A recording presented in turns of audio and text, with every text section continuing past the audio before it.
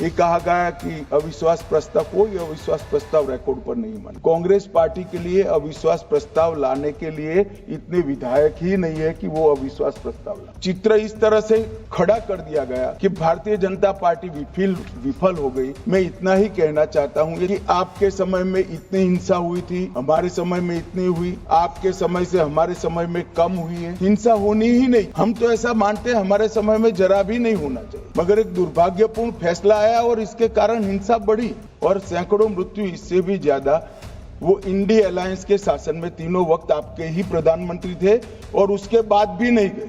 Technical education, medical education की वहां पर ऑनलाइन व्यवस्था हो चुकी है। 97-98 में 50 से ज्यादा गांव नष्ट कर गए, 40,000 लोग विस्थापित हुए, 352 लोग मारे गए, सैकड़ों घायल हो गए, 5,000 घर जलाए गए। जब जातीय हिंसा होती है ये सारे प्रश्न खड़े होते हैं। दिसंबर, जनवरी, फरवरी और मार्च 4 महीने से वहां पर हिंसा नहीं। मणिपुर में 1993 में जातीय हिंसा हुई, नागा कुकी संघर्ष हुआ, 93 से 98 तक 5 साल तक चला। मान्यवर, ये तो जातीय हिंसा थी। हमारी सरकार आई 2017 में, उसके पहले 5 साल में एवरेज 1 साल के अंदर 212 दिन मणिपुर बंद रहा है। मान्यवर, माननीय गृह मंत्री जी।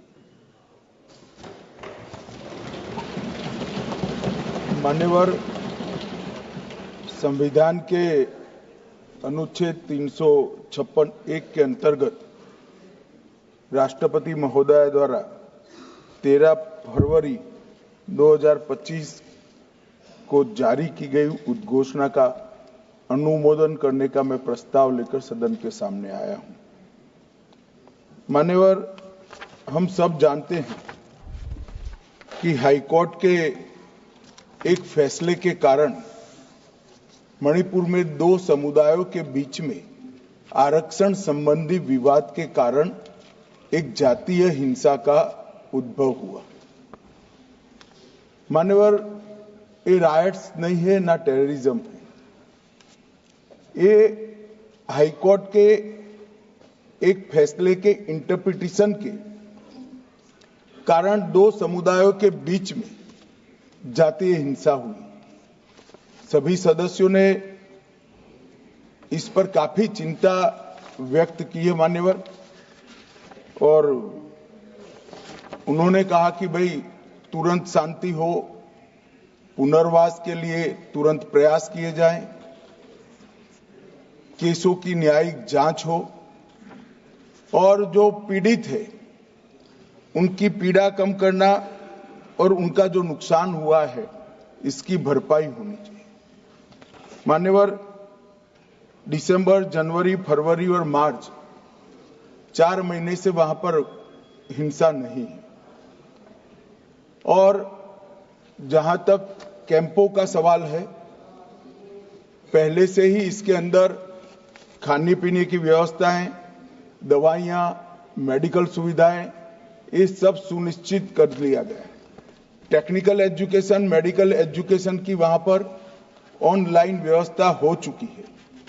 प्राइमरी एजुकेशन के लिए कैंपों के लिए अंदर ही वहां पर वर्ग लगाए गए हैं जहां इनकी पढ़ने की सुविधा करने का प्रयास किया गया।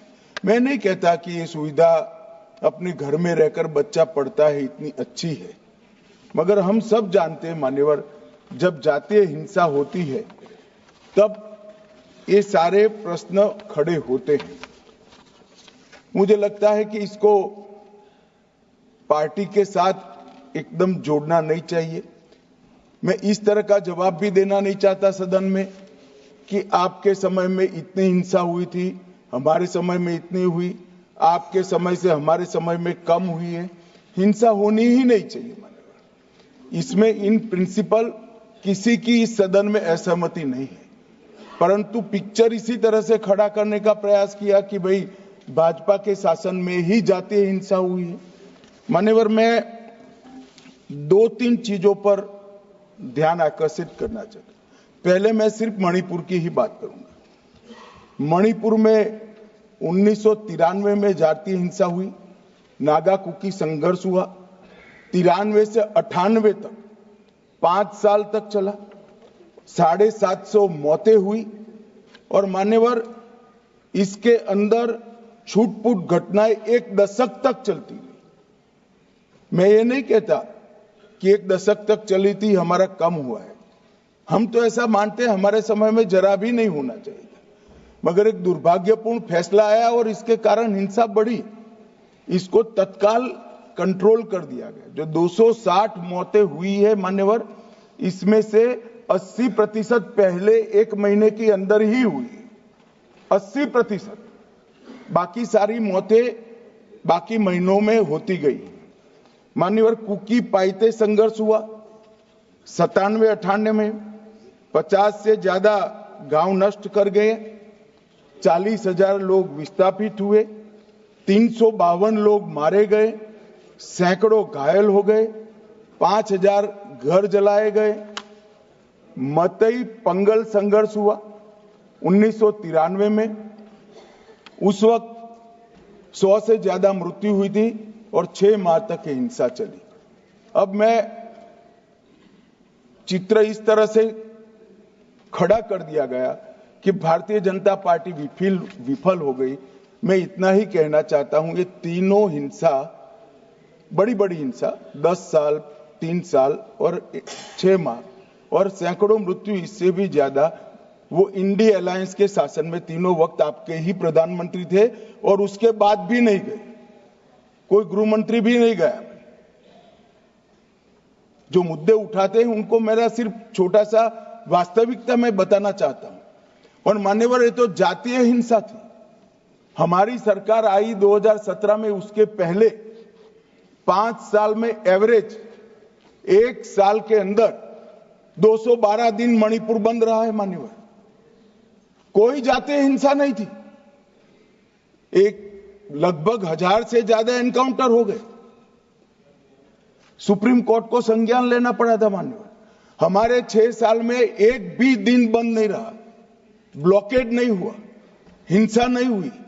जब एक विशिष्ट परिस्थिति हुई कि सुप्रीम कोर्ट के एक जजमेंट का इंटरप्रिटेशन दोनों समुदायों ने अपने अपने खिलाफ किया, अरे हाईकोर्ट के, और 2 ही दिन में हिंसा भड़क गई। और एक ये भी कहा गया कि इसको नजरअंदाज किया गया। जिस दिन जजमेंट आया उसी दिन यहां से कंपनियां वायुसेना के विमान में मान्यवर वहां रवाना कर दी। कोई नजरअंदाज नहीं किया। इस सब में हम सबकी संवेदनाएं बराबर है भाई, होनी ही चाहिए। परंतु मेरा आप सभी से भी विनती है कि सरकार शांति प्रस्थापित करने के सभी प्रयास, उच्चतम प्रयास कर रही है। कृपया इसको पॉलिटिसाइज न करिए, और पॉलिटिसाइज करना है तो फिर डिबेट होगी, उसमें जवाब भी पॉलिटिकल देना पड़ेगा। मगर मैं ये नहीं चाहता मान्यवर। मैं चाहता हूं जिसका भी मृत्यु हुआ है, इस सदन ने उसके प्रति सम्मान रखना चाहिए, संवेदना रखनी चाहिए, मन में दर्द भी रखना चाहिए। राष्ट्रपति शासन आने के बाद दोनों समुदायों से चर्चा भी हुई। 2 मीटिंग दोनों समुदायों के सारी संस्थाओं से अलग अलग हुई है और बहुत कम समय में एक संयुक्त मीटिंग भी भारत सरकार के गृह विभाग के अधिकारियों के साथ होगी। हम इसका रास्ता ढूंढने का प्रयास भी कर रहे हैं। मगर पहली चिंता शांति प्रस्थापित करने की है। जैसा मैंने कहा, 4 महीने से एक भी मौत नहीं हुई है, 2 इंजर्ड हुए हैं और परिस्थिति बाय एंड लार्ज कंट्रोल में। मैं नहीं कहता संतोषजनक है। जब तक ये विस्थापित कैंपों में रहे तब तक संतोष होने का सवाल ही नहीं। पुनर्विसान पैकेज पर भी अभी चर्चा चल रही है मान्यवर। और आज तो मैं सदन के सामने मान्यवर ये राष्ट्रपति शासन का अनुमोदन कराने के लिए आया हूं। ये कहा गया कि अविश्वास प्रस्ताव, कोई अविश्वास प्रस्ताव रिकॉर्ड पर नहीं माने। कांग्रेस पार्टी के लिए अविश्वास प्रस्ताव लाने के लिए इतने विधायक ही नहीं है कि वो अविश्वास प्रस्ताव लाए।